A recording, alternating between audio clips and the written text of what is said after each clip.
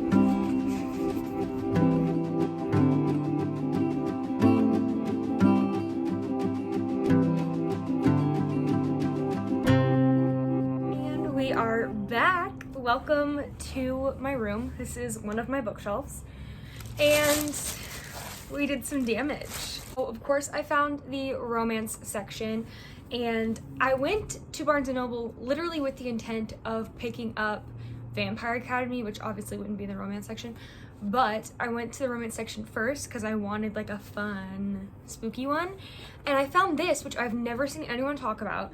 It's When Life Gives You Vampires by Gloria Duke. The first thing that drew me in actually was the spine because I saw bats and I was like, wait a second, come here. Lily on the cover here with her gorgeous red hair gets turned into a vampire accidentally, and I think it's a romance between her and the vampire, which I'm like so here for. 25-year-old Lily Baines is used to waking up hungover, overweight, and underemployed. Waking up with fangs, not so much. But when a little light necking has more serious consequences than she ever imagined, Lily's determined to get to the bottom of it, or die, again, trying. Tristan hadn't meant to turn Lily.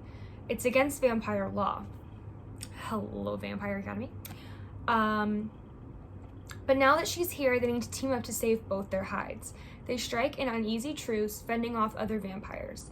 Lily's work rival turns slayer, and her mother's tone-deaf romance and fitness advice, all while Lily faces down her insecurities about the fact that she lives in a diet-obsessed world with a body that will never age, never die, and never change. Ooh, okay, I'm so excited about this. I will definitely keep you guys updated over on my Instagram. Then another one that's been on the top of my list since last year when we were on BookTube is Clown in a Cornfield by Adam Caesar. I have been wanting to read this ever since I saw the cover. So creepy and cool. I'm obsessed, and just the whole premise of it being like a slasher film book version, sign me up. Also, fun fact, I went to college in Nebraska, which is known for having a lot of cornfields, so I went to school around a lot of corn. And I was in college in 2016 in the US where there was that, killer clown thing happening, so this will probably give me flashbacks to that. Love that for me. I'm pretty sure most of you know what this is about, but in case you don't, I will just read you the synopsis real quick. Quinn Maybrook just wants to make it to graduation, but she might not make it till morning. When Quinn and her father moved to a tiny town with a weird clown for a mascot, they were looking for a fresh start. But ever since the town's only factory shut down, Kettle Springs has been cracked in half. Most of the town believes the kids are to blame. After all, the juniors and seniors at Kettle Springs High are the ones who threw the party where Arthur Hill's daughter died. They're the ones who set the abandoned factory on fire and who spend all their time posting pranks on YouTube. They have no respect and no idea what it means to work hard. For the kids, it's the other way around. And now Kettle Springs is caught in a constant battle between old and new, tradition and progress. It's a fight that looks like it will destroy the town, until one homicidal clown with a pork pie hat and a red nose decides to end it for good. Because if your opponents all die, you win the debate by default. I'm so excited! I did not realize that this was a young adult book, which also just tells you how much I knew about this, besides the fact that it was a slasher novel about clowns. So Yay.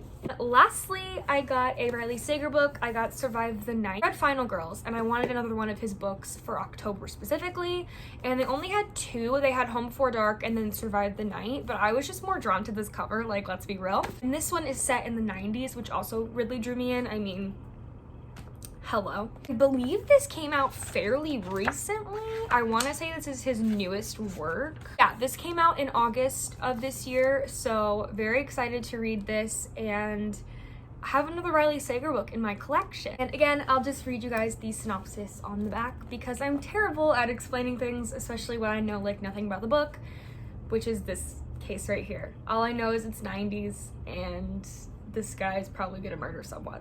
It's November 1991. Nirvana's in the tape deck, George H.W. Bush is in the White House, and movie-obsessed college student Charlie Jordan is in a car with a man who might be a serial killer.